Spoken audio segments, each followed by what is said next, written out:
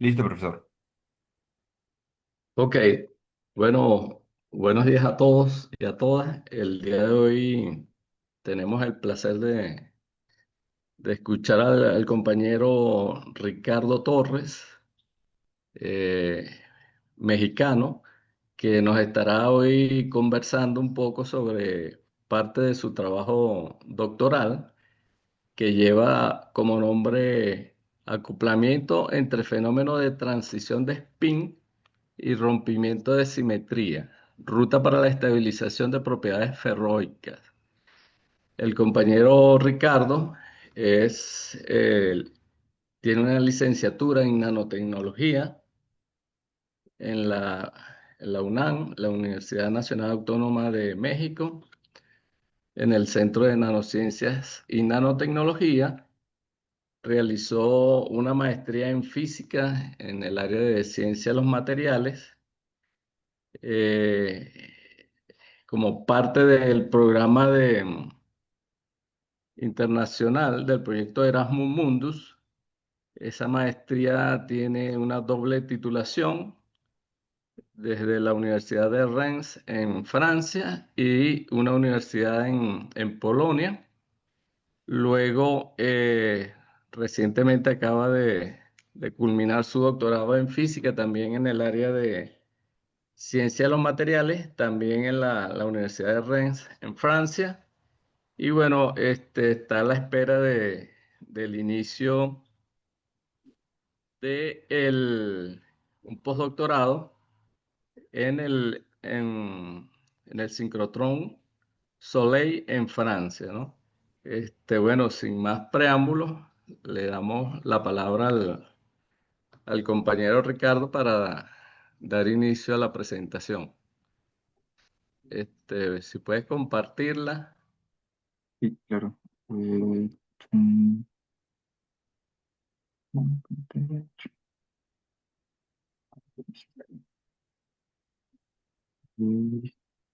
Listo, listo. ¿Se alcanza a ver bien? Sí, se ve bien. Ok. Bueno, pues muchas gracias. Gracias, Alexander, por la introducción, por la invitación también a dar esta plática. Eh, y bueno, gracias a todos los asistentes que en sábado están aquí. Como mencionaba Alexander, decidí hablar un poco sobre una parte de algunos proyectos que desarrollé durante mi doctorado en la Universidad de Rennes. Y para eso quería hablar sobre una posible forma de estabilizar propiedades ferroicas en materiales moleculares. Eh, Particularmente enfocándome en dos mecanismos, considerando dos mecanismos, la interacción de dos mecanismos como son los fenómenos de transición de spin y de rompimiento de simetría.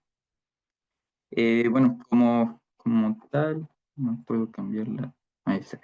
Eh, por supuesto, estos trabajos no los desarrollé yo solo, son el fruto de una gran colaboración de muchísimos investigadores, de muchas personas, de diversos institutos, principalmente de aquí de Europa y de Japón. En primer lugar, pues el instituto donde hice mis estudios de doctorado, el Instituto de Física de Rennes, en el Departamento de Materiales y Luz, que tiene una fuerte colaboración con un laboratorio internacional con la Universidad de Rennes y Japón, con la Universidad de Tsukuba y la Universidad de Tokio. También colaboraciones con el Instituto de Química de la Materia Condensada de Burdeos y el Instituto de Ciencias Químicas de Rennes, así como con otras instalaciones o grandes instrumentos, instalaciones a gran escala, como son el Instituto Laue Langevin de Grenoble, que es un reactor nuclear, una fuente de neutrones, y el sincrotrón europeo ISRF en Grenoble también. En particular, en esta plática no voy a presentar los resultados obtenidos en estas instalaciones, pero bueno, los pongo aquí porque fueron importantes lo que obtuvimos ahí, el proceso experimental fue bastante importante para la comprensión de lo que estaba pasando, de los fenómenos físicos, para explicar los sistemas que voy a presentar en esta plática. Y bueno, también un poco hablando sobre el tipo de experimentos o de trabajo que se realiza en el Instituto de Física de Rennes, en donde se analizan principalmente materiales de transición de spin o materiales fuertemente correlacionados y se analizan desde la parte estructural electrónica como atómica.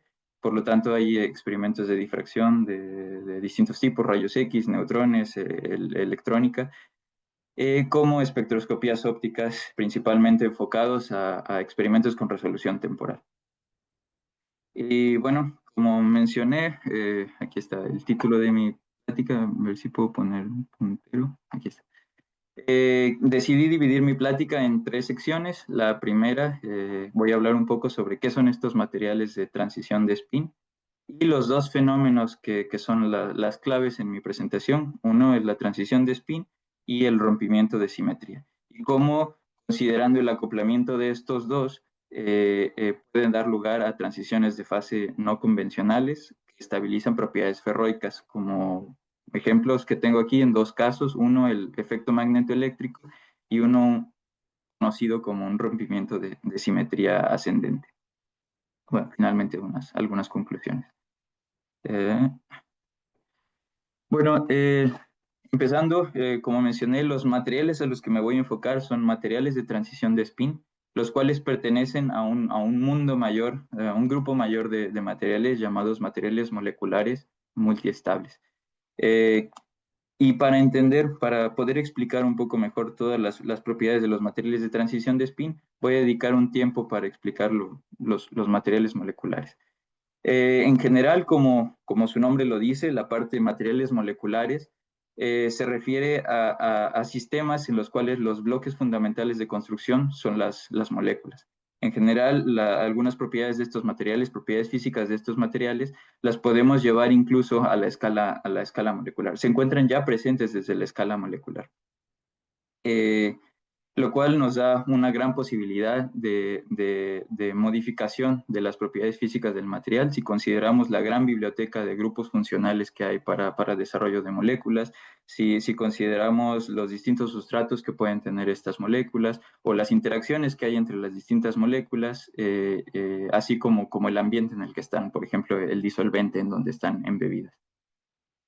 También en la parte multiestable de estos materiales moleculares, se refiere a que podemos cambiar el estado de estos materiales de forma reversible o irreversible al cambiar, al ejercer una perturbación externa, ya temperatura, presión, etc. E incluso con estos estados, con una posible coexistencia en cierto intervalo, cierto rango de la perturbación externa. Si consideramos estos estados como, digamos, un estado biestable y los asociamos a unos y ceros, entonces tenemos un sistema que puede ser adaptado a dispositivos que basan su funcionamiento en lógica booleana o lógica para dispositivos electrónicos generalmente. Y considerando estas dos características, lo que generó un gran auge en el interés por estos materiales como posibles elementos para continuar con la miniaturización de dispositivos electrónicos o incluso para reemplazar los paradigmas de programación a partir del desarrollo de la electrónica molecular. Eh, bueno, dentro de estos materiales, como mencioné, encontramos los materiales de transición de spin, que son a los que me voy a enfocar. Llevan todas estas propiedades, pero la molécula, el bloque fundamental de construcción, la molécula, es generalmente como esta estructura que vemos aquí. El centro es un ion metálico de transición coordinado octaedralmente a distintos ligandos. Generalmente la estructura electrónica de estos materiales tienen orbitales 3D con 4 a 7 electrones en ellos. Podemos tener un centro metálico de hierro 2, hierro 3, cobalto 2, cobalto 3, manganeso 2, manganeso, bueno, diversos. Y generalmente, bueno, más que nada se ha estudiado por las técnicas de caracterización y por la gran diferencia que hay en respuesta entre el estado de bajo spin y de alto spin, los sistemas de hierro 2. En estos materiales, en general, se estudian a partir de teoría del campo de ligando para evaluar las interacciones de los orbitales o de las funciones de onda de los ligandos y de los metales, pero en realidad no me voy a centrar mucho en eso, solamente quiero mencionar que son sistemas en los que podemos convertir desde un estado de alto spin a un estado de bajo spin. Y esto conlleva el cambio de distintas propiedades en el material, lo cual tiene aplicaciones en memorias no volátiles, en espintrónica, en circuitos fotónicos, en desarrollo de sensores, porque pues podemos cambiar el estado de spin al aplicar un distinto estímulo externo, incluso con sistemas mecánicos, porque el sistema cambia de volumen, o dispositivos de recolección de energía. Eh, Ahora bien, estos materiales de transición de spin, ¿qué es la transición de spin? Esencialmente, podemos considerar que estos materiales de, de cambian de estado al aplicar un estímulo externo, como temperatura, irradiarlos con luz, con presión, cambiar la presión, perdón, o cambiar el campo eléctrico o campo magnético. Y al cambiar de estado vemos también una respuesta macroscópica del material. Cambian las propiedades magnéticas, propiedades eléctricas, mecánicas, ópticas, entre otras. Esencialmente, el sistema va desde un estado de bajo spin, con un número máximo de electrones apareados, a un sistema de alto spin, con un número máximo de electrones desapareados. Y cada uno de estos estados tiene asociado un distinto volumen y una distinta entropía. Si consideramos como la temperatura, como la perturbación externa, podemos escribir la energía de Gibbs de ambos sistemas, de ambos estados, perdón, y vemos la evolución con respecto a la temperatura. Vemos que en realidad es la influencia de la entropía la que cambia la estabilidad relativa entre los dos estados. A baja temperatura es es el estado de bajo spin el estable, y al aumentar la temperatura es el de alto spin el que lleva la estabilidad. En resumen, perdón, este proceso es bien conocido como un proceso que es dirigido por la entropía. Eh, Como tal, para estudiar estos sistemas o esta transición de spin, en qué estado está nuestro sistema, nosotros necesitamos definir un parámetro de orden, una variable que nos diga si el sistema está en bajo spin, en alto spin o en un estado intermedio. Como tal, generalmente se define este parámetro gamma, que es el número de sitios o de moléculas que están en el alto spin. Y de forma análoga podemos también representar con este parámetro Q, que es el que voy a utilizar a lo largo de la presentación. Es solo la diferencia entre estados entre alto spin y bajo spin. En general, este valor, este parámetro de orden, va desde -1, cuando todo el sistema está en bajo spin, como se ve aquí, a +1, que va hacia todo el sistema está en alto spin. Como el cambio de estado de spin está asociado al número de electrones apareados o desapareados en el sistema, podemos medirlo experimentalmente a partir de susceptibilidad magnética. Y esta susceptibilidad magnética se puede escribir en términos del parámetro de orden Q, como vemos aquí. En general, en la literatura se pueden encontrar distintos tipos de curvas de conversión. Estas curvas se llaman de transición de spin, donde vemos comportamientos desde graduales al incrementar la temperatura, abruptos o incluso abruptos con un poco de histeresis.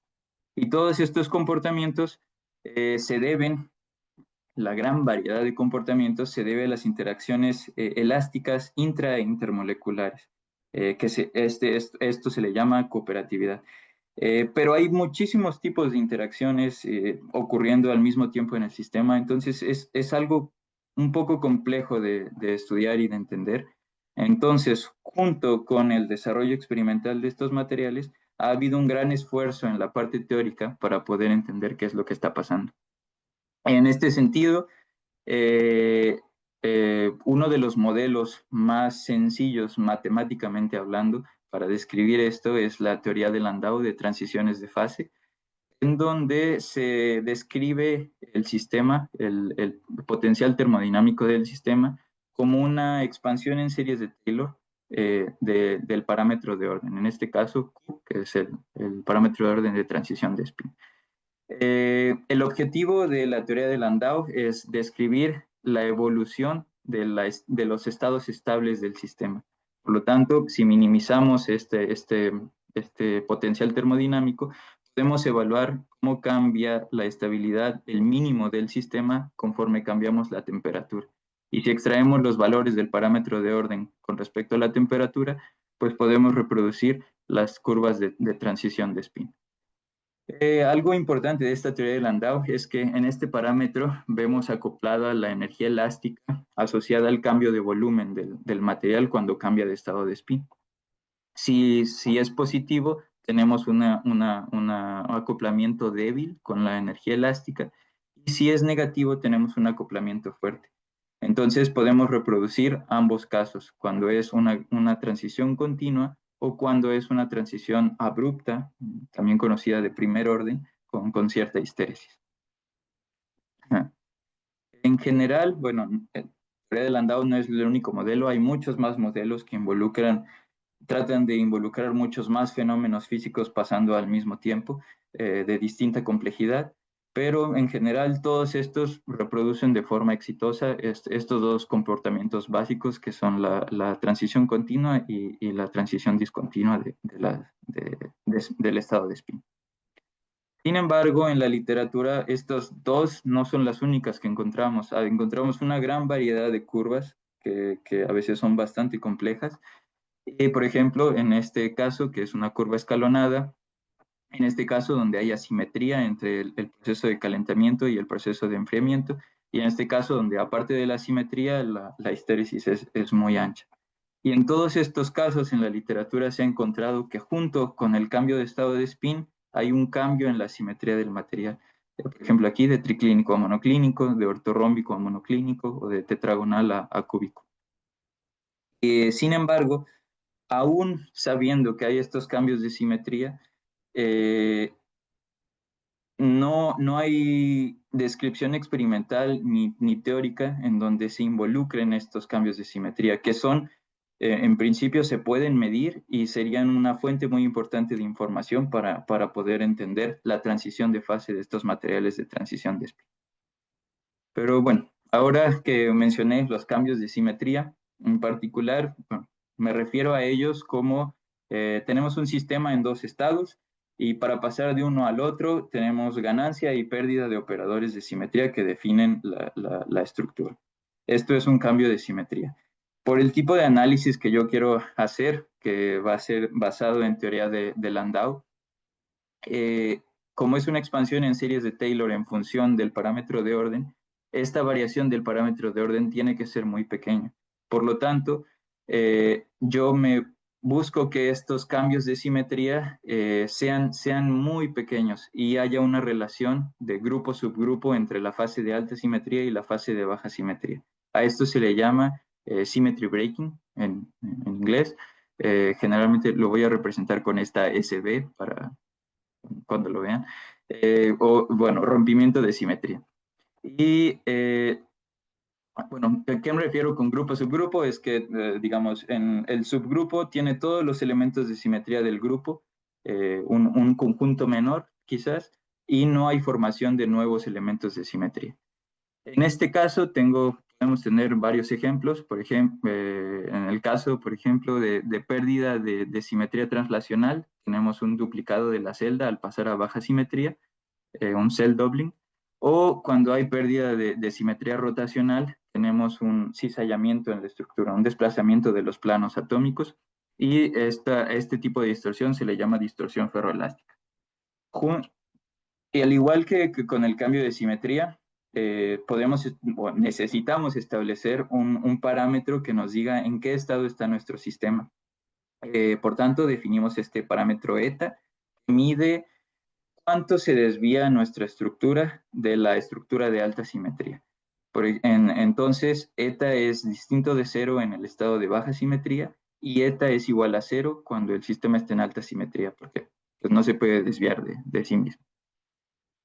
Como ejemplo, tenemos aquí un sistema que estudiamos y que es muy conocido en el campo de materiales de transición de spin, que es el hierro tetrazol. Este sistema presenta una histéresis de transición de spin asimétrica, pero presenta un rompimiento de simetría de tipo ferroelástico.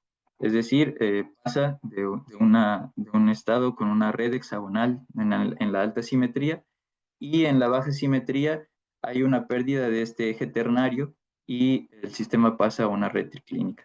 Por la pérdida de este eje ternario, hay un desplazamiento de los planos moleculares y bueno, esta distorsión de la red la podemos medir siguiendo la desviación de los parámetros de red. Por ejemplo, en la red triclínica, A y B ya no son equivalentes como lo eran en la parte hexagonal, y los ángulos de la celda ya no son de 90 grados. Entonces podemos evaluar aquí cómo cambia la simetría del material. En igual a cero cuando es en alta simetría, y en distinto de cero cuando es en triclínico en la baja simetría. De igual forma, estos análisis se hacen con difracción, en este caso de rayos X. Cuando pasamos de un estado de alta simetría a baja simetría, por la pérdida de elementos de simetría, nuevos picos de Bragg empiezan a aparecer. Si seguimos la intensidad de estos picos de Bragg, entonces podemos también analizar el cambio de simetría del material, que puede relacionar con este parámetro de orden que acabamos de definir. Algo importante que quisiera recalcar es que cuando hay un rompimiento de simetría de tipo ferroelástico, generalmente hay formación de dominios, se llaman dominios ferroelásticos. Por ejemplo, en este caso, cuando tenemos la alta simetría es un solo pico de Bragg, y cuando perdemos este eje ternario, como tenía relación de 3 puntos, entonces se pierde el eje ternario, ya no son equivalentes y este pico se parte en 3. Son estos 3 dominios que podemos ver aquí. Igual que con el caso de transición de spin, el rompimiento de simetría se puede analizar con teoría de Landau. De hecho, la teoría de Landau fue desarrollada inicialmente para explicar tipos de transiciones de fase con rompimiento de simetría. Entonces, aquí igual tenemos nuestro sistema con el potencial termodinámico en términos del parámetro de orden. Y en este caso, aquí presento una de las descripciones más simples que puede haber para este potencial, en donde el parámetro de orden es un escalar. Por ejemplo, en el caso de un cambio de un sistema ortorrómbico a uno monoclínico, la principal característica es la pérdida de este ángulo beta de 90 grados. Es 90 grados en el sistema ortorrómbico, y cuando pasa a monoclínico, beta se vuelve distinto de 90 grados. Pero nada nos dice que tiene que ser un aumento o un decremento del ángulo. Estas dos configuraciones, digamos, la verde que tengo aquí y la morada que tengo acá, son equivalentes energéticamente. Y esta posibilidad que tiene de irse hacia un lado o al otro tiene que ser reflejada en la simetría también del potencial. Por eso solamente órdenes pares en el desarrollo de Taylor son permitidos. En este caso, igual, Landau quiere seguir evaluando la estabilidad del potencial con cambio de temperatura, y es justamente lo que hacemos. Y de la misma forma, el coeficiente B tiene añadido ya la influencia del acoplamiento elástico con el cambio de volumen del material, y podemos reproducir los dos tipos de transiciones: un cambio gradual de la simetría y un cambio abrupto de la simetría con cierta histéresis. Importante mencionar que esta discontinuidad no solamente está asociado al acoplamiento fuerte, al acoplamiento elástico fuerte, sino también con algunas reglas de simetría.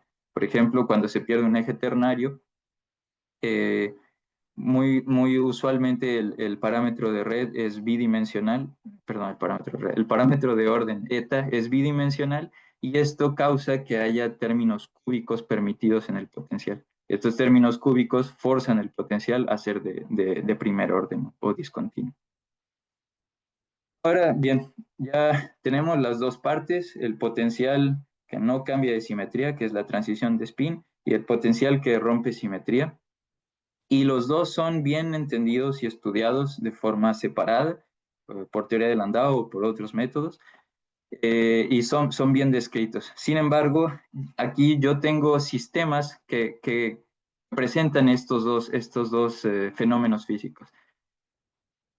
Y lo que quiero es desarrollar un modelo en donde pueda considerarlos juntos. No puedo solamente sumarlos, sino necesito ver una forma en que estos dos estén acoplados. Yo ya sé que cada uno de ellos está acoplado individualmente con el cambio de volumen en el sistema, entonces puedo tomar, más bien no puedo tomar. Entonces estos dos fenómenos físicos deben estar acoplados a través del cambio de volumen en el sistema. Y eso es lo que hago aquí. Tengo mi potencial de transición de spin, mi potencial de rompimiento de simetría, y cada uno de los parámetros de orden está acoplado al cambio de volumen en el sistema, con una adición de energía elástica. Lo que hice fue desarrollar un enfoque computacional para extraer de forma analítica y numérica las curvas de transición de spin y de rompimiento de simetría, considerando el acoplamiento entre ambos procesos e intentar explicar y predecir fenómenos o bueno, transiciones de fase no convencionales. Como en el caso de los dos ejemplos que quiero presentar.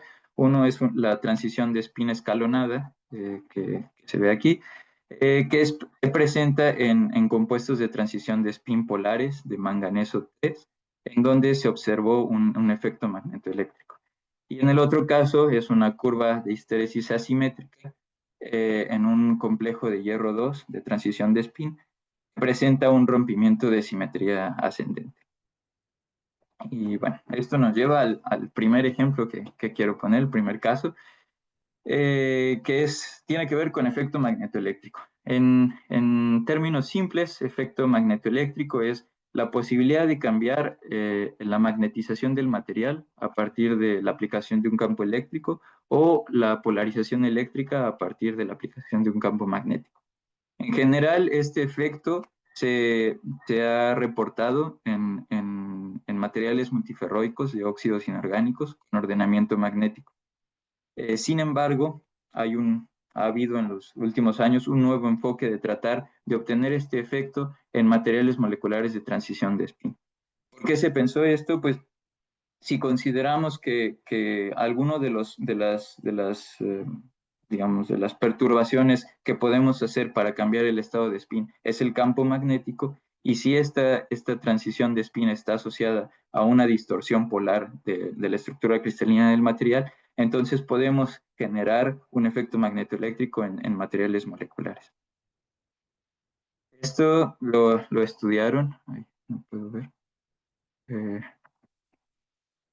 está reportado, perdón,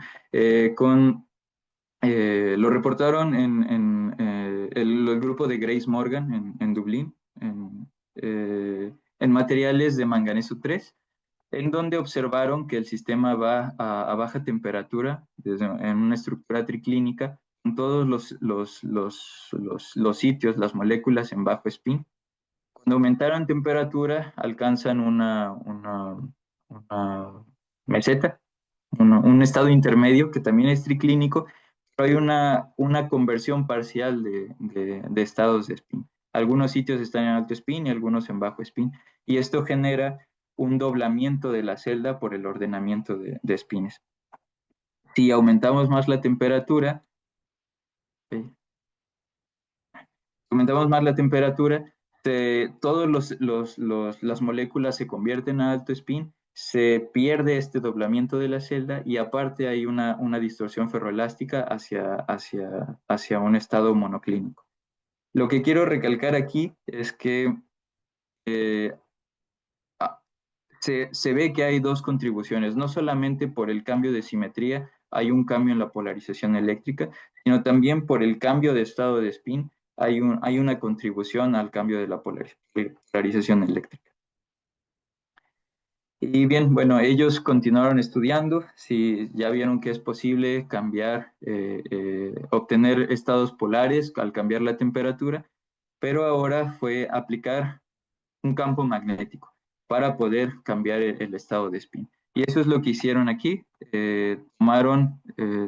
a dos intervalos de temperatura en estas regiones de histéresis y aplicaron un campo magnético. Con el campo magnético vieron que era posible cambiar la magnetización del material, lo cual está asociado a un cambio de estado de spin. Pero a la vez observaron que dentro de la región de histéresis, cuando excitaban el material, este ya no se relajaba al disminuir el campo magnético. Y esto se llama efecto MIST o Magnetic Field Induced Excited Spin State Trapping, lo que se atrapa el estado excitado y bueno, ya no se relaja aunque disminuyas el campo magnético. Posteriormente, ya que vieron que era posible cambiar el estado de spin con campo magnético, evaluaron el cambio de la polarización eléctrica con el campo magnético en las dos regiones de histéresis térmica y observaron que en la región de baja temperatura había un cambio positivo de la polarización eléctrica y un cambio negativo en la región de alta temperatura. En general, bueno, se vio que es posible con un campo magnético cambiar la polarización del material eléctrico y esto es un efecto magnetoeléctrico. Ahora, ya que está todo, tenemos un efecto magnetoeléctrico, yo procedí a hacer un estudio basado en la teoría de Landau para poder entender qué estaba pasando qué estaba estabilizando la generación de este efecto magnetoeléctrico. Para eso definí mis parámetros de orden. Tengo transiciones de spin y tengo rompimientos de simetría. La transición de spin es este parámetro Q, que es la diferencia de sitios en alto spin y en bajo spin. Y el rompimiento de simetría lo tomé como el ordenamiento de estados de spin. Por ejemplo, eta es igual a 0 cuando los sitios A y B son iguales, y eta es distinto de 0 cuando no son iguales. Entonces, por ejemplo, aquí todo en bajo spin es alta simetría y en este estado intermedio de conversión parcial es baja simetría. Procedí de la misma forma en que ellos hicieron los experimentos. Primero quise ver si lograba estabilizar esta curva escalonada al cambiar la temperatura y para eso describí mi potencial termodinámico del sistema con un acoplamiento bicuadrático y bueno, pude obtener el mismo comportamiento, una curva escalonada en donde además del acoplamiento entre transición de spin y rompimiento de simetría, los dos procesos ocurren de forma simultánea. Después, bueno, era momento, esto no es un efecto magnetoeléctrico, lo que quiero es aplicar campo magnético. Para eso, como primer enfoque, decidí establecerme en un punto específico de temperatura y evaluar la posibilidad de convertir el estado de spin al aplicar campo magnético. Eso es lo que hice, me mantuve a una temperatura fija, añadí campo magnético en mi ecuación, eh, eh, eh, respetando las condiciones de simetría del campo magnético y el estado de spin. Y lo que vi es que si agrupo todos los términos que dependen linealmente de la transición de spin, en realidad el campo magnético lo que hace es cambiar la temperatura crítica de transición de spin y esto modifica la estabilidad relativa entre bajo spin y alto spin. Entonces, en realidad, el campo magnético lo aplico y obtengo exactamente el mismo comportamiento que cuando aplicaba la temperatura. Y bueno, ahora procedí a evaluar el cambio de polarización eléctrica. En este caso lo hice si ya, como había mencionado anteriormente, hay contribuciones tanto del cambio de spin como del rompimiento de simetría, entonces puedo considerar que el cambio de polarización es una suma ponderada de estos dos procesos. Entonces los sumo y veo que a bajo campo hay un cambio positivo de la polarización eléctrica y a campo alto magnético hay una disminución de la polarización eléctrica. Y bueno, en este caso se predice que puede haber un cambio secuencial de la polarización eléctrica si tuviéramos un campo magnético lo suficientemente alto. Sin embargo, este no es el caso experimentalmente, requeriría un campo demasiado alto. Entonces, lo que ellos hicieron fue evaluar el efecto del campo magnético a temperaturas distintas, no como yo, que me mantuve a una temperatura y apliqué el campo magnético. Y entonces, bueno, decidí hacer exactamente lo mismo. Entonces ahora me enfoco a la temperatura cerca de la región de baja temperatura, región de biestabilidad de baja temperatura y cerca de la región de biestabilidad de alta temperatura. Aplico campo magnético y lo que observo es lo mismo. El cambio de polarización es positivo en la región de baja temperatura y es negativo en la región de alta temperatura.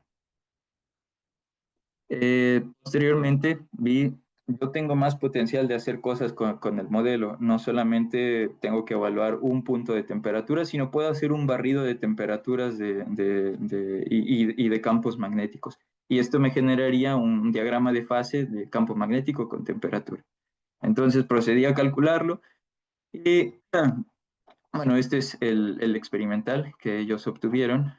Pude reproducir de forma exitosa el comportamiento general que ellos observaron, en donde veo que hay histéresis magnética. Aquí a temperatura cero aplicamos campo magnético o a cualquier temperatura, y hay histéresis magnética generada por el acoplamiento del campo magnético con la transición de spin y de la transición de spin con el rompimiento de simetría. Además, los dos procesos, transición de spin y rompimiento de simetría, ocurren de forma simultánea y también puedo estabilizar, o bueno, se puede observar el atrapamiento de este estado excitado magnético, este estado excitado con campo magnético, cuando estoy dentro de las regiones de histéresis. Por ejemplo, aquí, si vemos, si no aplicara campo magnético, esta sería mi curva escalonada que presenté anteriormente, y si me mantengo en esta región de histéresis, aplico campo magnético, convierto a la fase intermedia donde hay conversión parcial de estados de spin, y cuando disminuyo el campo magnético se queda atrapado histeréticamente en este estado de baja simetría. Bueno, lo que también observo es que al aumentar la temperatura disminuye el campo magnético requerido para inducir la transición, porque pues ya con solo la temperatura ya estoy convirtiendo suficientes estados al estado excitado. Y es mayor el efecto al disminuir el campo por la mayor susceptibilidad de los estados de alto spin al campo magnético. En general, con el modelo de Landau, considerando el acoplamiento, pude reproducir las observaciones experimentales del efecto magnetoeléctrico, y esto resalta la importancia de considerar los dos aspectos, rompimiento de simetría y transición de spin para la estabilización de estos efectos. Y en general, podemos concluir que un mejor entendimiento de los roles tanto de transición de spin como de rompimiento de simetría nos puede ayudar a explicar, a predecir, a diseñar materiales funcionales con propiedades no convencionales, como el obtener un efecto magnetoeléctrico en materiales de transición de spin.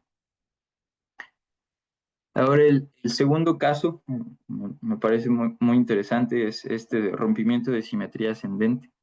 Aquí trabajamos con un sistema de hierro 2, sistema de transición de spin de hierro 2, que bueno, esta es la fórmula química. Yo lo llamaré bueno, lo llamaré PMPA. Y aquí está la estructura molecular. En realidad, lo que quiero que veamos o que nos enfoquemos es, aquí tengo el hierro 2 y este está coordinado octahedralmente con 4 ligandos. 2 PMPA, que es esta cadena de aquí, que están aquí en gris, y 2 tiocianatos, que son estos grupos nitrógeno, carbono, azufre. Este trabajo lo desarrollamos en colaboración con el Instituto de Química de Burdeos y el Instituto de Química de Rennes. Este sistema es interesante porque presenta una transición de spin, una curva de transición de spin no convencional, que es asimétrica. Es decir, cuando aumento la temperatura, presenta una conversión gradual y después abrupta, de bajo spin a alto spin, y cuando reduzco la temperatura es una transición abrupta hacia el bajo spin. Pero lo que lo hace aún más interesante es que al aumentar la temperatura, se reduce la simetría del material. Esto es bastante interesante desde mi punto de vista, porque Es un proceso no esperado. Cuando aumentamos la temperatura, generalmente aumentamos el desorden del material, aumenta la entropía del sistema y esperamos que el sistema tenga una alta simetría. Eh, pero en este caso no, se está reduciendo la simetría. El sistema va desde una estructura ortorrómbica a una monoclínica. Entonces, para poder entender qué está pasando en esta transición de fase, donde hay cambio de simetría y cambio de estado de spin, necesitamos identificar bien qué tipo de cambio de simetría se está dando y por lo tanto una caracterización estructural detallada es necesaria, de forma que yo pueda aplicar estos resultados en el modelo en el que estaba trabajando. Por tanto, la caracterización estructural la hicimos con difracción de rayos X en el laboratorio en REN, en monocristales, y nos dedicamos a evaluar dos estados, el estado de bajo spin y el estado de alto spin. Cuando el sistema está completamente en bajo spin a 90 Kelvin o completamente en alto spin a 300 Kelvin.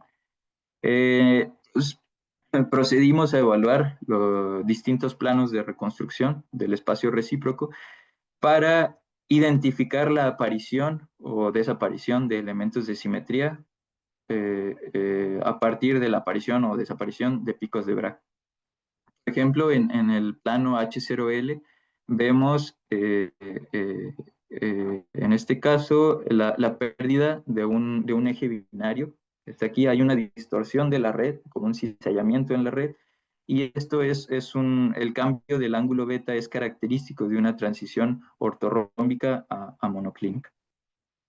Posteriormente, en otro plano de reconstrucción, por ejemplo, el 0KL, aquí evaluamos otros elementos de simetría. Ya conocemos qué sistema cristalino está en cada temperatura. Ahora queremos saber qué grupo espacial es el que tenemos, qué elementos de simetría se están perdiendo. En este caso, por ejemplo, presento la pérdida de este plano de desplazamiento de tipo C, en donde las reglas de reflexión nos dicen que debe haber picos de Bragg cada, eh, cada número par de nodos en la red. Y cuando se pierde este plano de desplazamiento, entonces ahora se permite tener picos de Bragg en posiciones impares, que son los que vemos aquí como aparece, en donde están marcadas las flechas. Y esto nos indica la pérdida del plano de desplazamiento. Junto con más planos de reconstrucción, más evaluación de simetría, evaluación de formación de dominios, nosotros identificamos este, este, este cambio espacial, este cambio de grupo espacial como un PCCN ortorrómbico a un P2 sobre C monoclínico. En este caso también hicimos un poco de difracción de rayos X en polvo. No fue crucial para la identificación del rompimiento de simetría, pero quise presentarlo aquí porque me parece una forma bastante intuitiva de ver el rompimiento de simetría. Por ejemplo, en este caso tenemos en bajo spin, tenemos la estructura ortorrómbica, en donde el ángulo beta, como mencioné, es de 90 grados. Todos estos 4 puntos son equivalentes por la estructura bastante cuadrada. Y cuando pasamos a un estado monoclínico, se pierde los 90 grados de este ángulo beta y ya estos 4 puntos no son equivalentes. Este de acá es equivalente a este, si dibujamos, por ejemplo, aquí un círculo que los cubra, pero estos otros 2 puntos ya no son equivalentes. Y entonces nos van a aparecer dos picos de Bragg en donde antes había uno. Y esto es característico de las distorsiones ferroelásticas. Entonces, ahora si nos vamos al plano real, bueno, al espacio real, no al plano, podemos analizar el empaquetamiento molecular al resolver la estructura y vemos que hay, por la pérdida de este ángulo, perdón, de este eje binario, hay un desplazamiento de los planos moleculares, indicado aquí por estas flechas, y desplazamiento va junto con una distorsión de la esfera de coordinación del hierro. Por ejemplo, aquí son equivalentes estas dos cadenas de tiocianatos y aquí, pum, se desvía y ya no son equivalentes y se deforma un poco el octaedro. Con todos estos resultados, al final podemos decir que la transición de fase de bajo spin a alto spin va acompañada de un rompimiento de simetría ferroelástico. Y como es una variación pequeña, entonces podemos aplicarlo a nuestra teoría de Landau. Pero como distorsión ferroelástica, pues necesitamos definir cuál va a ser nuestro parámetro de orden a utilizar en el modelo de tipo Landau. Como distorsión ferroelástica, generalmente el parámetro de orden que se utiliza son los elementos del tensor de deformación. Y en este involucran, perdón, los elementos del tensor de deformación que involucran los parámetros de red asociados al rompimiento de simetría. En este caso, tenemos lo que he mencionado mucho, el ángulo beta, y este es el elemento, el elemento tensorial que explica el rompimiento de simetría, el E13. Entonces lo tomamos como nuestro parámetro de orden del rompimiento de simetría y podemos evaluar como es igual a cero en baja temperatura cuando es alta simetría y distinto de cero, aquí normalizado a 1, cuando baja la simetría del material.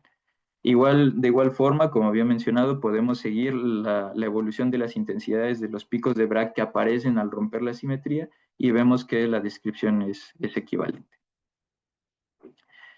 De esta forma, ya con mediciones de susceptibilidad magnética, se obtuvo esta transición de spin y con mediciones de difracción de rayos X podemos obtener la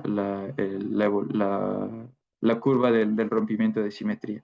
Entonces, de forma independiente, con dos técnicas de caracterización distinta, podemos obtener los componentes individuales de esta transición de fase compleja, en donde vemos que hay un bajo spin con alta simetría y en alta temperatura es alto spin con baja simetría.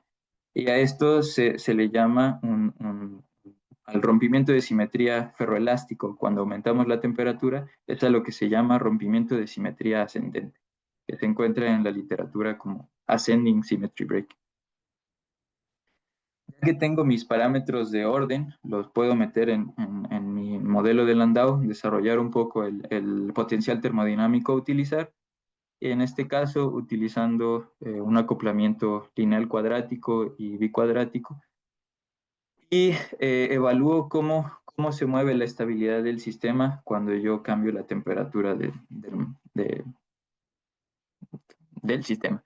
Y veo, por ejemplo, aquí a baja temperatura, tengo el punto estable, el mínimo del sistema está en alta simetría, eta igual a 0 y bajo spin. Es aquí, vemos la evolución del potencial con respecto a los parámetros de rompimiento de simetría y de transición de spin. Tengo alta simetría con bajo spin.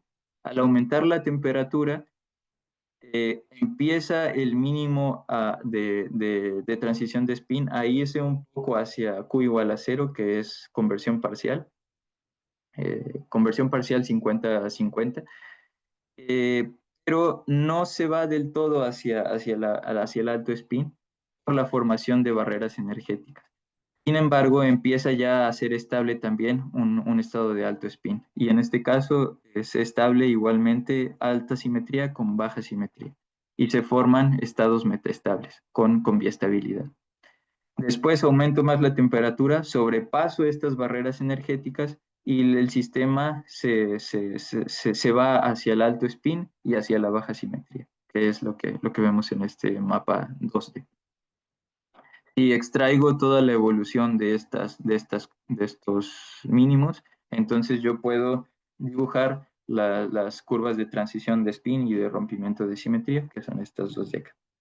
Y si lo comparamos con los experimentos, pues, bueno, reproducen de forma bastante exitosa los comportamientos observados, como son la transición gradual de estado de spin por esta asimetría al calentar y la transición abrupta al enfriar. Igual la forma bastante cuadrada de la transición de simetría, del rompimiento de simetría, y los dos pasan, a pesar de que pueden tener temperaturas distintas a las cuales ocurrir la transición de spin y el rompimiento de simetría, los dos pasan de forma simultánea debido al acoplamiento que hay entre ellos. Y esto nos permite explicar este rompimiento de simetría ascendente. Y bueno, ya lo tenemos, ya se logró estabilizar a alto spin, baja simetría, bajo spin, alta simetría, pero aún así nos queda un poco como qué es lo que está pasando. En realidad, ¿es posible obtener esto? Si consideramos, nos vamos hacia estudiar fundamentalmente qué es lo que está pasando en el rompimiento de simetría. Esto es lo que les explicaba. Generalmente, cuando aumentamos la temperatura, lo que observamos es que el sistema se va a alta simetría por el aumento de entropía del sistema. Y esto es lo que generalmente se observa, se le llama rompimiento de simetría descendente. Sin embargo, en nuestro caso, al aumentar la temperatura, estamos perdiendo entropía para que el sistema se vaya a baja simetría. Y esto no tiene significado físico, que implicaría un costo de entropía del sistema para poder estabilizar. Sin embargo, en nuestro caso, no solamente tenemos rompimiento de simetría, sino tenemos también un sistema que tiene transición de spin. Y la transición de spin es una gran fuente de entropía por efectos electrónicos de spin, de multiplicidad de spin, de vibracionales. Y entonces podemos considerar un mecanismo de compensación de entropía, en donde si bien perdemos entropía por el rompimiento de simetría, pero la transición de spin compensa esta pérdida de entropía y en general el sistema total es gobernado por la entropía. Entonces todo está bien. En general, vemos que es posible estabilizar este rompimiento de simetría ascendente al considerar una compensación de entropía de fenómenos acoplados, cuando hay una gran fuente extra de entropía, aparte del rompimiento de simetría, lo cual nos permitiría explotar funcionalidades relacionadas al rompimiento de simetría, como propiedades ferroicas como la ferroelasticidad o la ferroelectricidad, a alta temperatura o al aumentar la temperatura.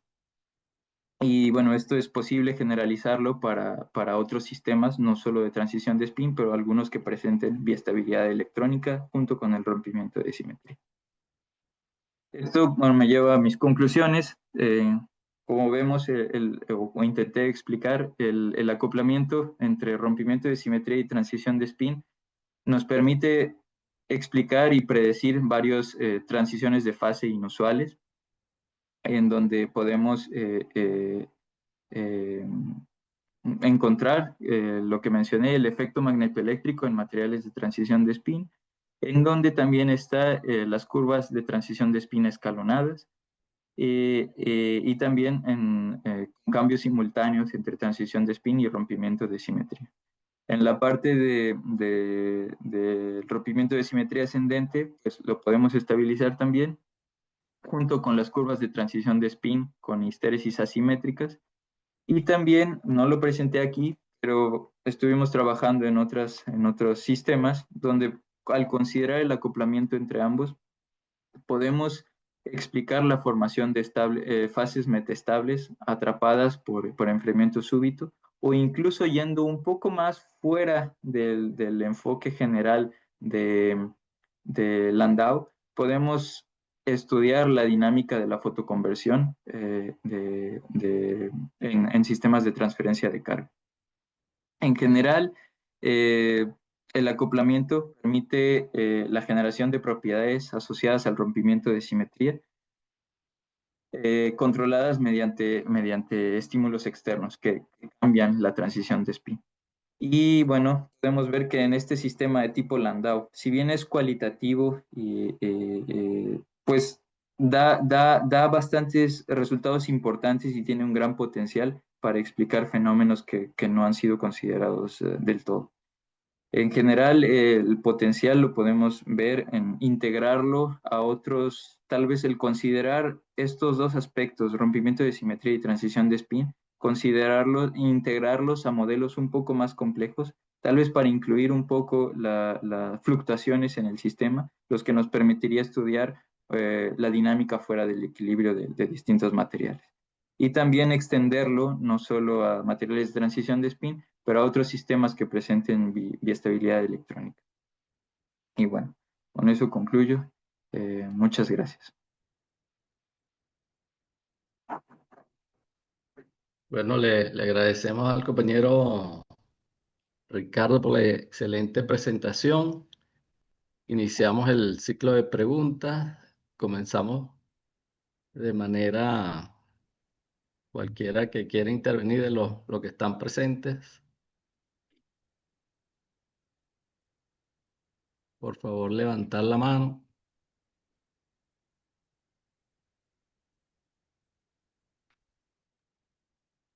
Hola, doctor Briceño, es Blanca Rojas Gascue desde Cumaná. ¿Cómo está, profe? ¿Cómo le va? Feliz año. Bien, bien, gracias. Bien. Adelante. No voy a abrir la cámara porque la señal está muy bajita por aquí. Sí, sí. Saludos a todos, felicitaciones al profesor Torres, de verdad que espectacular la explicación y muy clara. Bueno, mi especialidad son los polímeros, profesor Torres, entonces me cuesta hacer una analogía, ¿no? Pero sin embargo, me llamó mucho la atención que usted empezó con un modelo sencillo donde veía el cambio de la simetría simplemente por un ángulo y fui tratando de reconocer, por ejemplo, en el polietileno, los cambios que pueden ocurrir cuando pasamos de alta densidad a baja densidad, pero mis polímeros son todos apolares. Entonces quería saber si usted había visto en alguna parte de la revisión que habrá hecho y todas esas cosas, algún caso de polímeros que me pudiera ilustrar. Y nuevamente felicitaciones. Muchas gracias. Este caso de polímeros. Materiales plásticos, me imagino que tendría que ser alguno de polar, pero no Ujú. sé. Y si no, bueno, se puede llevar la inquietud y cualquier cosa nos las hace llegar a través de Alexander o algo. Claro, Pero bueno, bueno, en general, estos materiales, muchos, no sé, se refiere a ejemplos de polímeros que pudieran presentar efecto magnetoeléctrico o algo así, sí, sí, sí, porque usted habló de susceptibilidad magnética y algunos, algunos polímeros polares, exactamente, los conductores, Ujú. podrían, o sea, digo yo que podría uno seguir algún cambio de simetría en esa celda a través de alguna de esos modelos, pero bueno, como me parece algo muy nuevo, a lo Sí. mejor no se ha reportado nada en polímeros. Sí, bueno, en general, estos materiales incluso se pueden considerar como incluso poliméricos. Hay muchas cadenas que se van juntando uno con otro, con otro, con otro. Y lo que el modelo estudia en general es el carácter interesante de este modelo o de otros modelos en general, donde se estudia. Bueno, son universales. Lo que se quiere únicamente es que haya transiciones de spin o cambios de simetría. En el caso de los polímeros, lo que habría que analizar un poco es cómo va la cooperatividad en el sistema, cómo interactúan los distintos monómeros que forman el polímero para generar una respuesta en particular.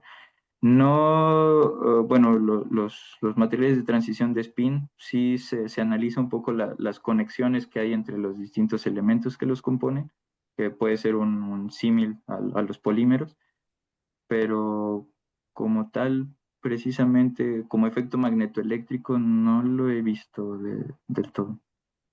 Ok, bueno, muchísimas gracias y felicitaciones. Gracias. Alexander, Sí. Anita Tenia, que es mi colega de Blanca, allá de Udo, pregunta lo siguiente, Ricardo, ¿es posible aplicar esta tu teoría a sistemas biomoleculares? Por ejemplo, la hemoglobina que tiene una molécula, la parte central de la molécula de hemoglobina tiene hierro, ¿no? Entonces Ujú. ella quiere saber si es posible hacer alguna analogía con lo que tú has planteado hoy con esta molécula. Sí, bueno, en general no tiene como un límite, solamente puede ser aplicado a uno u otro tipo de material. Eh, claro, es importante encontrar cuáles son la simetría de la transición que está ocurriendo. Debe haber una transición en este caso, de estado de spin o de rompimiento de simetría. Lo que yo analizo es sistemas acoplados, pero teoría del Landau en general estudia o se puede aplicar en general a transiciones de fase. No sé qué transición de fase pueda tener la hemoglobina, pero sí, se puede extender al estudio en el equilibrio termodinámico de distintos sistemas. Bueno, sigo leyendo. Bueno, sí, creo que el hierro en la hemoglobina está es más 3, ¿no? Ujú, Eh, No, sigo hierro 2. leyendo, es 2, es 2. Hierro 2, sí. Alfredo Trahuice pregunta si puedes mencionar o si se puede encontrar este tipo de transiciones de spin en sistemas metálicos. Ejemplo, el oro, ujú. pregunta. ¿Qué tal si damos el pase a Alfredo Tarluise para que dé su pregunta directamente de la Universidad de León, de México? Alfredo, ¿estás ahí? Sí, buenos días a todos. Tu cámara, Buenos Alfredo. días. ¿Ya se me ve? Sí, Sí, buenos días. Buenos días, gracias por la presentación. Específicamente en sistemas metálicos Ujú, se ha encontrado, por ejemplo, tamaños diversos. Oro 55, que el oro puede ser 55 puede ser una estructura muy simétrica, ujú, pero se han encontrado también isómeros que son de baja simetría, o sea, C1, nada de simetría, y sin embargo son más estables que los sistemas más simétricos. Entonces, eso va de acuerdo a la última parte de la plática, donde mencionaba que baja temperatura son muy simétricos, alta temperatura son muy desordenados, o viceversa. Bueno, o sea, ya no me acuerdo muy bien, pero tenía ese dilema de por qué en algunos sí, en algunos no. La otra cosa es que el oro, muchos de los isómeros también son estables, pero esto depende del spin.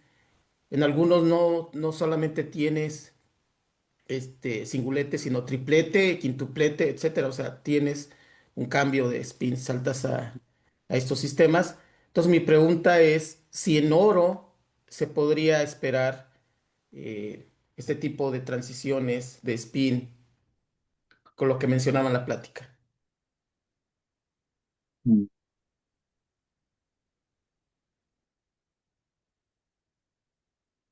La verdad, no estoy muy seguro. Eh, por supuesto, si hay distintos estados de spin del material y tienen distintas simetrías, pues es muy probable que la estabilización de uno u otro tenga que ver con ambos fenómenos que están ocurriendo ahí. Eh, Mm, Como estudiarlo con este tipo de modelo, sí es posible,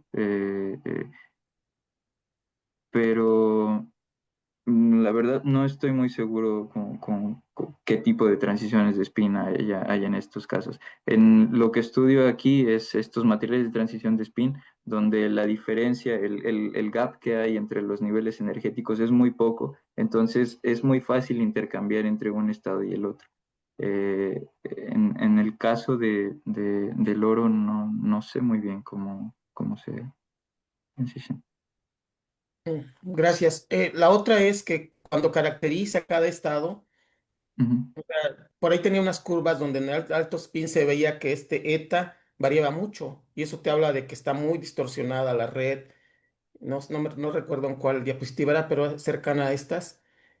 Esta, por ejemplo, en la 33 ahí se ve, ¿no? Baja simetría, se ve pues, ujú, cómo está variando estos puntitos que muestran aquí a la derecha. Y eso, al final de cuentas, pues uno podría agarrar simplemente la estructura, esa estructura, las coordenadas cartesianas que se pueden obtener de rayos X y hacer una gráfica de distancias, incluso de ujú, ángulos, y se notaría que todas las distancias son muy diferentes.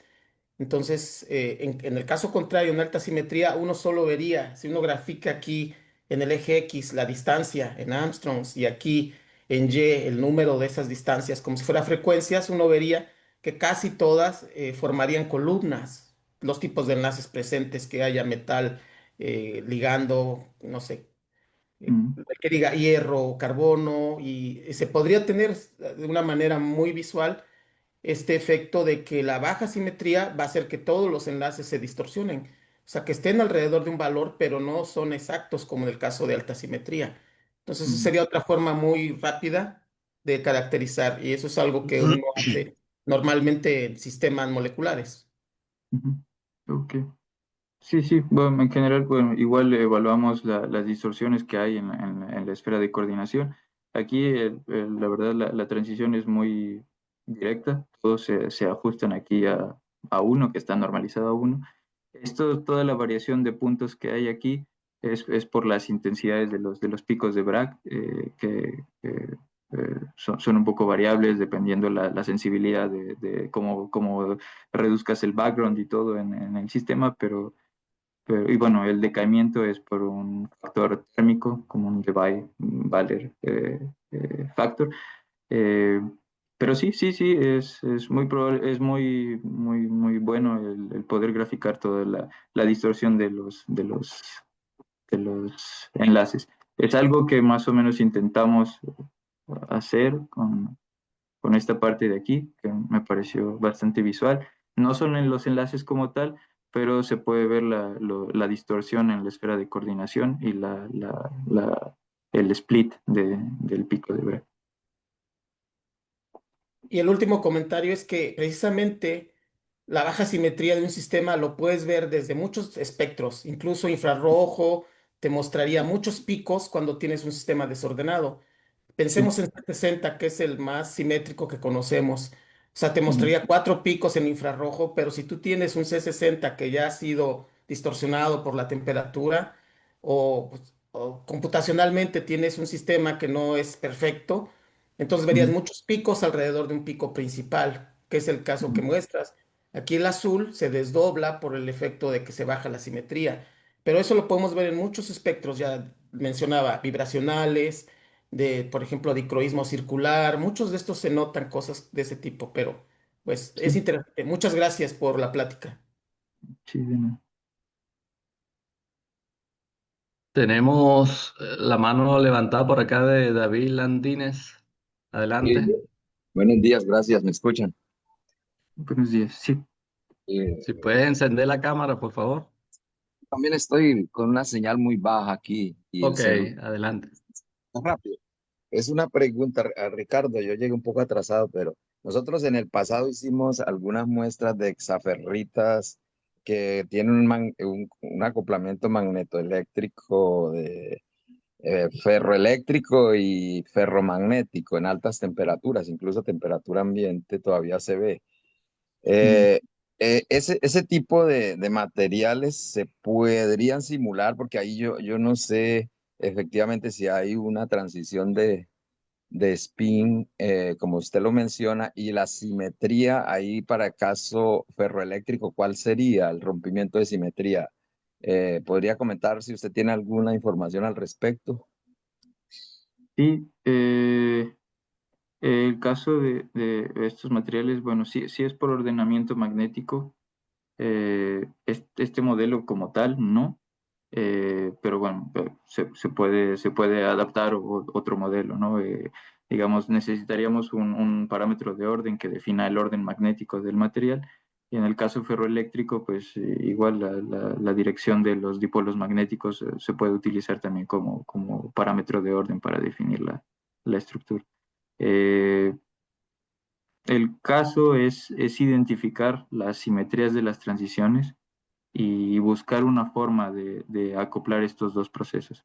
Si tenemos multiestabilidad en el sistema, es posible encontrar los parámetros necesarios para explicar el sistema. Pero es cuestión de encontrar precisamente eso, la simetría de la transición de fase.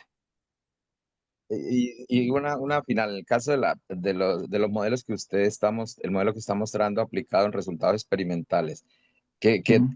qué resultados experimentales son necesarios para aplicar este modelo? ¿Usted lo puede hacer independiente, simplemente con simulaciones y sin datos experimentales? ¿Qué puede decir al respecto? No, generalmente puedo, puedo predecir algunas cosas, como el caso del efecto magnetoeléctrico secuencial, pero no, es un modelo fenomenológico que requiere un input, un ingreso de datos como son las curvas de transición de spin, para poder evaluar qué es lo que necesito estabilizar en mi material y cuáles son, como mencioné, cuál es la simetría de la transición de fase. Eh, necesito parámetros. No es, hay otros modelos, por ejemplo, Schlichter-Dickamer, en donde para evaluar la transición de spin incluso incluye la entropía del sistema, la entalpía del sistema y todo. En mi caso, no, hay muchos parámetros que son puramente, bueno, no puramente, pero tienen carácter más numérico, esencialmente, pero sí necesito algunas referencias para saber qué es lo que necesito estabilizar. Bueno, muchas gracias, Ricardo. Felicitaciones. Gracias por la oportunidad. El profesor Luis, que tiene la mano levantada. Hola, Ricardo, muchas gracias por su charla. En las láminas 26, 36 y en varias, bueno, claro, la mayoría, pero la 26 y la 36, ¿no? Como ejemplo nada más, ahí hay unas curvas de, hay una histérisis térmica ahí, ¿no? Y en la 26 Ujú. también, ¿no? Y todas, la Sí. mayoría. Entonces, histérisis térmicas en el comportamiento de la susceptibilidad con respecto a la temperatura. Es de suponerse ahí que esa temperatura o a campo magnético cero, ¿no es así? En este caso sí, sí, no hay campo magnético. Se ha intentado hacer con campo magnético aumentando. No precisamente. Bueno, en este sistema lo que queríamos era entender eh, transición de fase un poco contraintuitiva. No quisimos aplicar campo magnético, no se hizo el estudio como tal. Pero ¿qué se esperaría más o menos si se cambia el campo magnético? Podríamos esperar una transición de spin también. En general, es posible cambiar el estado de spin, como lo presenté en el estado, ahí, Me en la refiero parte. a la temperatura de transición. Cambiaría, ¿cómo cambiaría esta transición? ¿Cómo se esperaría si cambio aumento el campo magnético? ¿Estaría Ujú. cambiando la temperatura de transición o solamente las intensidades de la susceptibilidad? Mm, Por ejemplo, en este caso, si vemos aquí, al aumentar el campo magnético, lo único que hago es cambiar la- la-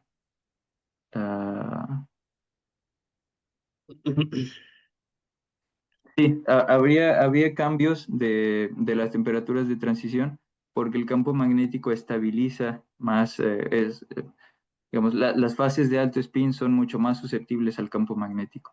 Entonces se estabilizaría mucho más la fase de alto spin conforme más campo yo estoy aplicando. Entonces esto generaría un shift, un desplazamiento de las temperaturas críticas de transición.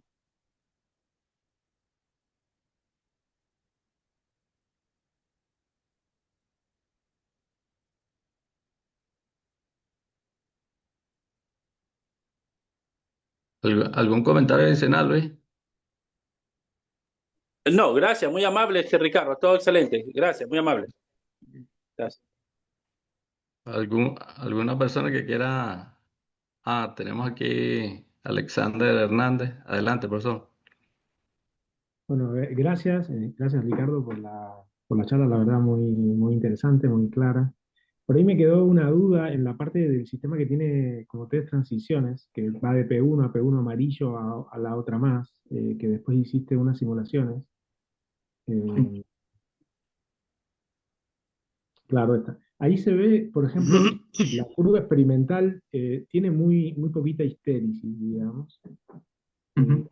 Eh, Sin embargo, después en una de las transparencias que siguen, cuando trataste de simular el sistema, se veía mucha más histéresis en los modelos.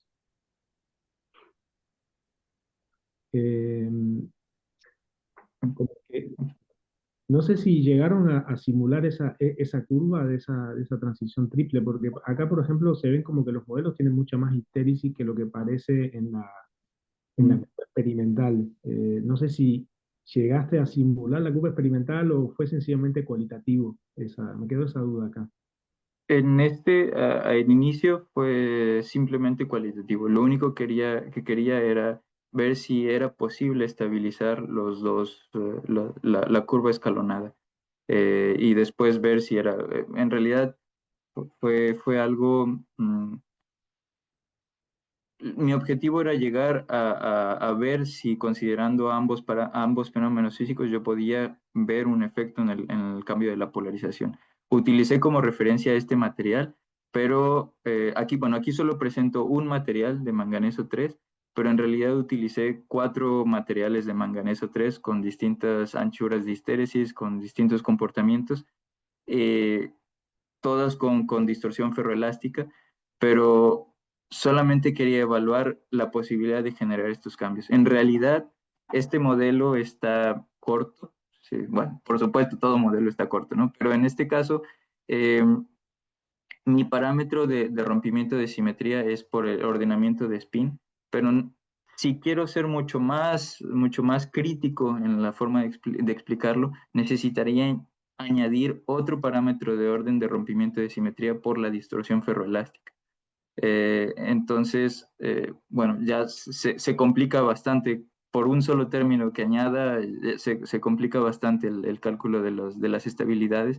Entonces decidí irme a lo más simple posible, y tomar como referencia estos 3, 4 sistemas, no reproducirlos porque no intento reproducir, no intento hacer fits de las curvas, sino intentar ver si es posible ver el acoplamiento de los fenómenos físicos.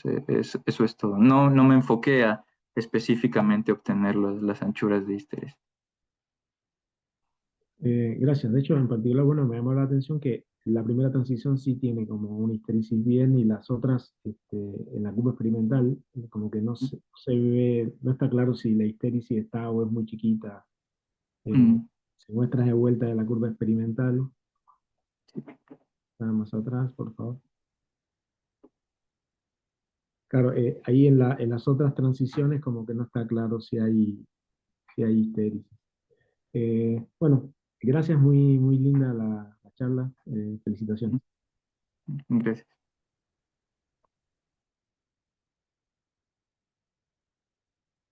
¿Alguna otra pregunta?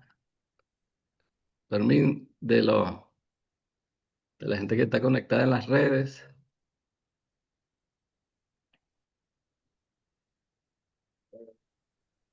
Profesor Stuart Holmes, del Reino Unido. Stuart, are you there? Any question? Professor Torres, merci beaucoup. Thank you for your interesting talk. Apologies, it's not my subject, but in terms of 2 very simple questions. Number 1, which Landau theory are you referring to? I couldn't understand in your talk. I'm familiar with Landau's work in applied magnetic fields. What's the name of his theory that you're using? Just the basic Landau theory of phase transitions. He has a theory of phase transitions, does he? Yes. What is the model based on? The calculation of Landau theory or this? Just what does the theory calculate? Does it calculate the critical temperature or some critical parameter? In this case, I'm not calculating these critical exponents of like Landau theory or anything. I'm supposing everything is there, everything is fine. I'm just trying to analyze both independently. The symmetry breaking and the spin transition are well reproduced with the basic Landau theory. So my goal is just to integrate both into to analyze the cooperative, no, not the cooperativity, the coupling between both processes. But yeah, I'm not really calculating the critical exponents. So. That's all. My other question is that you showed the strain, page 33. You showed the strain, and it looks very high for a strain. Good. Yeah, so the strain is very high. Mm-hmm. 0.1 strain, the crystal would just break apart. Yes, that level of strain. in fact, it does. That's why it was really difficult to evaluate the transition in this material. We were trying several environments, several ways of reducing the strain in the material. Okay. But in the end, as I mentioned, one of the characteristics of a ferroelastic distortion is the formation of ferroelastic domains. And I spent a lot of time trying to find these ferroelastic domains, but no, the crystal was breaking every single time. Yes, So at that level. yeah, yes. Very difficult measure. Professor Mm. Torres, many thanks for your talk. Oh, by the way, I was working in Grenoble in December. Oh. Not at the synchrotron, but in the Laboratoire National d'Electromagnétique en France, next door. Okay. I could see the Yes. synchrotron. Thank you for your talk. Very nice. Thank you. Thank you.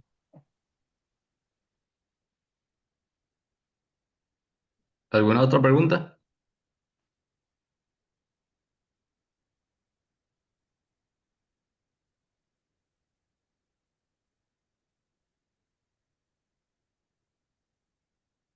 Fermín, ¿tenemos preguntas adicionales por ahí? Profesor, solo por el parte de las redes no tenemos preguntas, solo felicitaciones para Ricardo por su presentación. Muchas Saludos. gracias. Gracias. Perfecto. Bueno, si no hay otras preguntas, quisiera ahí hacer algunos comentarios. Bueno, en primer lugar, felicitar a Ricardo por un excelente tema del día de hoy, un tema bien interesante. Y aprovechando ahí algunas preguntas que hicieron los compañeros de químicos, tratar de dar una visión más química, ¿no? del proceso, ¿no? La física es bien interesante, ¿no? Pero desde el punto de vista química hay algunas particularidades, ¿no? La profesora Rita preguntaba sobre el tema de la hemoglobina. Resulta que la hemoglobina es un sensor donde ocurre un proceso de spin crossover, ¿no? Que es activado por la adición de la molécula de oxígeno al núcleo porfirínico que tiene la hemoglobina, que es muy particular. Cuando está la hemoglobina libre, el ciclo porfirínico es plano y el átomo de hierro está por encima de ese ciclo. Y una vez que se conecta al oxígeno, ocurre ese cambio de spin, de la configuración de alto spin a bajo spin, y el hierro ahora entra en ese núcleo de la porfirina porque se reduce el tamaño, en este caso el tamaño del átomo, y evita en ese caso la oxidación del hierro 2 y permite el transporte, ¿no? Y luego libera la molécula de oxígeno y vuelve a recuperar la configuración de spin para captar nuevas moléculas, ¿no? Es un sensor que, bueno, en este caso permite nada más y nada menos que la vida, ¿no? en los seres humanos. Es bien importante este fenómeno físico, ¿no?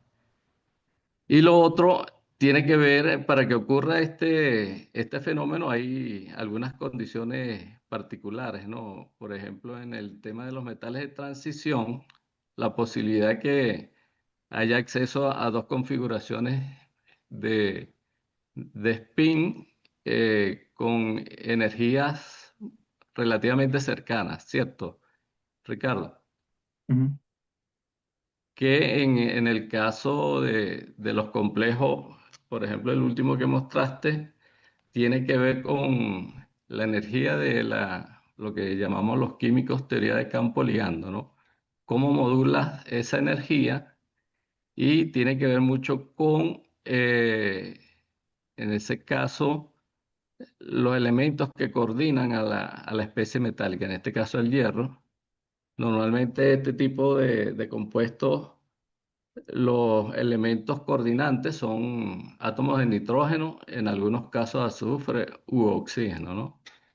Entonces uno puede, por ejemplo, en el área que uno trabaja, que es la ingeniería de cristales, modular esas propiedades, ¿no? A través del uso de ligandos nitrogenados, ¿no? Una curiosidad que yo tenía era si con luz también se logran estos efectos, ¿cierto? De spin Ujú. crossover. Sí, sí, de hecho los estudiamos. Generalmente es este efecto List que se llama, donde Ajá. vas a baja temperatura y a baja temperatura, entonces excitas con láser y logras, bueno, es posible que logres generar el estado de alto spin o a lo mejor hasta reversible a bajo spin. Eh, Hay otros materiales, bueno, sí, sí, claro, se puede también con luz. Interesante. Lo otro, una curiosidad que no entendí porque era extraño ir de una alta simetría a baja simetría cuando vas de temperaturas bajas a alta temperatura, ¿no?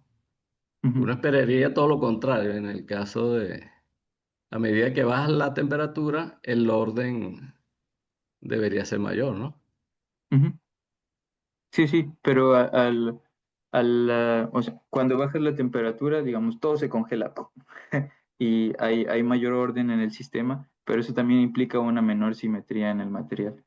Generalmente a mí me gusta verlo, tal vez no es la forma adecuada de verlo, pero cuando aumentamos la temperatura, generalmente aumenta la entropía del sistema, todo se empieza a mover, a vibrar, a todo. Claro. Tiene muchos estados degenerados. Entonces la simetría aumenta, digamos, si voy incluso con una transición de fase líquido a sólido a líquido, cuando yo aumento la temperatura, cuando tenía un cubo de hielo antes, aumento la temperatura y esto se vuelve un líquido. Aumenta muchísimo la simetría, tienes muchísimos elementos de simetría que pueden describir lo que está pasando para dejarlo, ¿cómo se llama? Invariable. Cuando tú bajas la temperatura, todo está ordenado, pierdes esos elementos de simetría, solo hay ciertos elementos de simetría que te permiten describir las posiciones de las moléculas. Eh, si lo vemos, por ejemplo, creo que tengo una imagen por aquí. Aquí, por ejemplo, eh, si lo veríamos como si esta fase de aquí fuese la de baja simetría a baja temperatura y esta fase de aquí fuese la de alta simetría a alta temperatura. Este estado de aquí tiene dos posibles configuraciones degeneradas. Este estado de aquí solamente tiene una posible configuración porque solo está congelado. Ajá. Y aquí tenemos un elemento de simetría que lo describe, pero al momento de enfriar perdemos ese elemento de simetría y baja la simetría. Es por eso que generalmente lo que esperamos es mucho movimiento y muchos elementos de simetría que puedan describir el sistema, mucha degeneración en el sistema. Eh, eh, en estos casos que nos han mostrado son estructuras monometálicas, ¿no? Sí, ¿Cómo sería el comportamiento si tiene unas estructuras polimetálicas similar o más complejo? Que tenga sí, dímeros, trímeros. en general aumenta la complejidad en cuanto a la descripción de la cooperatividad del sistema. Hay algunos materiales que también analicé que se llaman de transferencia de carga, como estos Prussian Blue, azules ¿cómo? Análogos de azul de Prusia, eh, Ajá. de donde tenemos un centro de hierro y un centro de manganeso, y están ligados con puentes de cianuro. Y al tener estos dos centros metálicos, por supuesto también sus niveles energéticos, sus orbitales atómicos interactúan y es posible incluso hacer transferencias electrónicas de un estado a otro. Esto también cambia el estado de spin. Entonces, aunque sea mucho más compleja las interacciones que hay, igual podemos estudiarlo como un sistema que pasa de alto spin a bajo spin. Sin embargo, la dinámica es mucho más compleja. Hay que evaluar, en este caso de los azules los análogos de azul de Prusia, incluso tenemos formación de polarones por la inequivalencia entre los electrones que se pasan a uno u otro centro metálico. Pero Me imagino que debe ser muy similar a los polímeros de coordinación, ¿no? ujú, sí, sí, sí. Ok, Sobre todo lo que se intenta mucho explicar es esta cooperatividad, que son todas las interacciones intra e intermoleculares, y pues ahí ya no tenemos moléculas aisladas, están todas conectadas entre ellas, entonces hay que ver todas esas interacciones que están ocurriendo entre ellas. perfecto. Bueno, otra vez ratificarte las felicitaciones por la excelente presentación. No sé si quieres agregar algunas palabras, algún comentario antes de finalizar y ir al segundo tema que es lo sucedido en el IBI. Pues solo muchas gracias nuevamente por la invitación. Estuve muy feliz. Hace mucho que no presentaba para, para mi gente y, Está bien. me dio mucho gusto. Fue un gran gusto y gracias por todas sus preguntas a todos. Bueno, gracias Ricardo. Bueno, voy a permitirme ahí dar algunas impresiones sobre lo que ha estado sucediendo acá en Venezuela. Este es un tema complejo y delicado si la gente no vive aquí lo que hemos estado viviendo en las últimas décadas, ¿no? Es un tema muy difícil y tratar de resumirlo es complejo, ¿no? Pero este es un tema que va más allá de la puja interna a nivel de la política acá en el país. Es un tema que ya escapa de nuestras fronteras, ¿no? Tiene que ver ya con una visión ya imperial, ¿no? De un dominio estratégico de la primera potencia en cuanto hay que hablarlo así por la calle al medio de los recursos que disponen, en este caso, nuestros países, ¿no? Y en el caso Venezuela es un caso muy particular. Ustedes saben que Venezuela cuenta con las primeras reservas de petróleo, tiene gran cantidad de minerales y bueno, eso lo hace desde el punto de vista geoestratégico una nación que va a estar sometida siempre a conflictos, ¿no? Y bueno, lo que sucedió en el Libia es una consecuencia ya vamos a decirlo así, es la punta del iceberg, pero lo que hemos estado acá en Venezuela, hemos sufrido, como les digo, una agresión y un asedio continuado, ¿no? Yo diría, casi más de 2 décadas, que ha venido progresivamente debilitando, en el caso específico nuestro del tema científico, debilitando las facilidades, la masa crítica de profesionales que se dedican a la ciencia y la tecnología. Y esto viene arreciándose desde que Obama lanzó un decreto ahí que en su momento parecía un disparate más de la política externa de los Estados Unidos, que era decretar a Venezuela como una amenaza inusual y extraordinaria en contra de la soberanía nacional de los Estados Unidos. De ahí en adelante, bueno, comienza un conjunto de acciones que fueron, de alguna manera, limitando las capacidades, en este caso técnicas, en nuestros laboratorios, porque se impuso una serie de lo que se llaman aquí medidas coercitivas unilaterales, donde, por ejemplo, no se le permitía a las grandes compañías que venden equipos para para las cuestiones experimentales venderle a Venezuela, ¿no? Entonces se nos fueron apagando poco a poco el conjunto de equipos y bueno, limitando la capacidad de desarrollar ciencias importantes hasta llegar en algún momento al colapso, ¿no? Muchos de nuestros laboratorios son algunos casi que unos cementerios de equipos porque no fue posible renovar, no fue posible prestar servicio debido a que las empresas estaban coaccionadas, ¿no? Para prestar este tipo de servicios. Incluso llegamos a tener, ahora que estamos hablando un poco de nano, equipos de última generación, por ejemplo, un equipo de transmisión de alta resolución que ni siquiera fue entregado, aunque estuvo cancelado y nunca fue puesto digamos, en actividad por este tipo de razones, ¿no?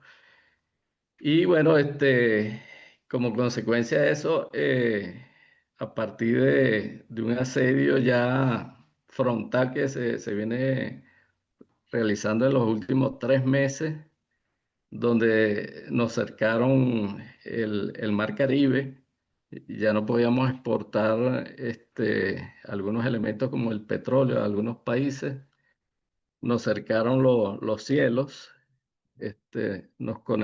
cortaron la conectividad aérea y bueno, todo eso desencadenó en lo que ustedes ya seguramente han escuchado el 3 de enero, que fue un bombardeo brutal, en este caso en la ciudad de Caracas, donde el IBIC fue tomado como un blanco militar también.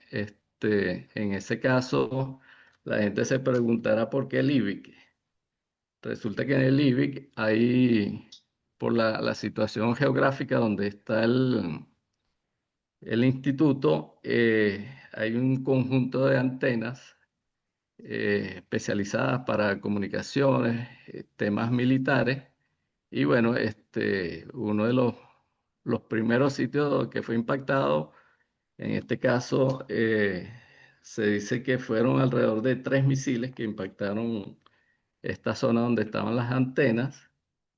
Logró, bueno, destruir completamente ese conjunto de antenas que tiene algún interés importante en el área de militar y bueno, obviamente hubo consecuencias, secuelas de ese impacto y afectó en principio 5 centros de investigación, el de matemática, el de física, la unidad de tecnología nuclear.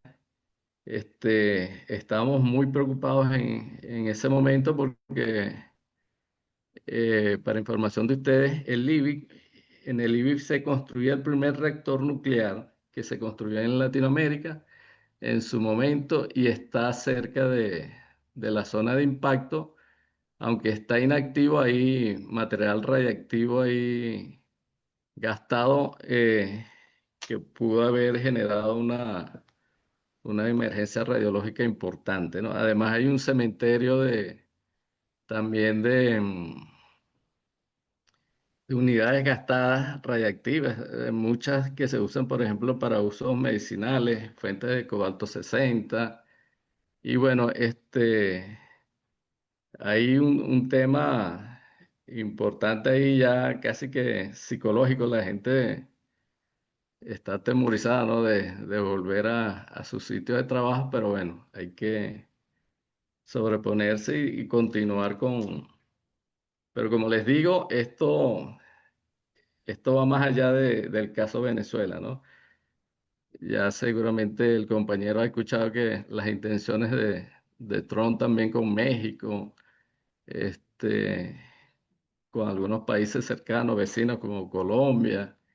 Y bueno, ya es, digamos, vox populi el interés manifiesto. Solamente había que escuchar hace algunos meses a una persona que inspira miedo, siendo una mujer, la que era la comandante del, precisamente del Comando Sur, ¿no? Que Laura Richardson, que hablaba abiertamente que el interés estratégico de Sudamérica para recursos como petróleo, biodiversidad, litio, tierras raras, incluyendo el tema de las fuentes de aguas dulces, ¿no? Entonces, pues, este es un tema bastante complejo que bueno, en este caso nos tocó a nosotros, pero que pudiera escalar, ¿no?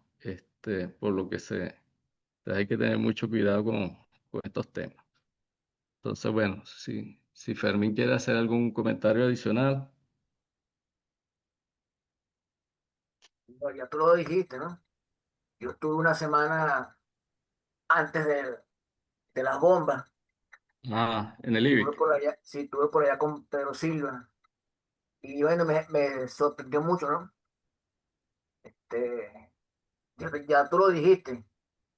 Yo lo que puedo agregar es que el resto de las universidades, donde se venía, ya se fue Blanca, que es de la UDO, también estamos padeciendo eh, estas cosas, ¿no?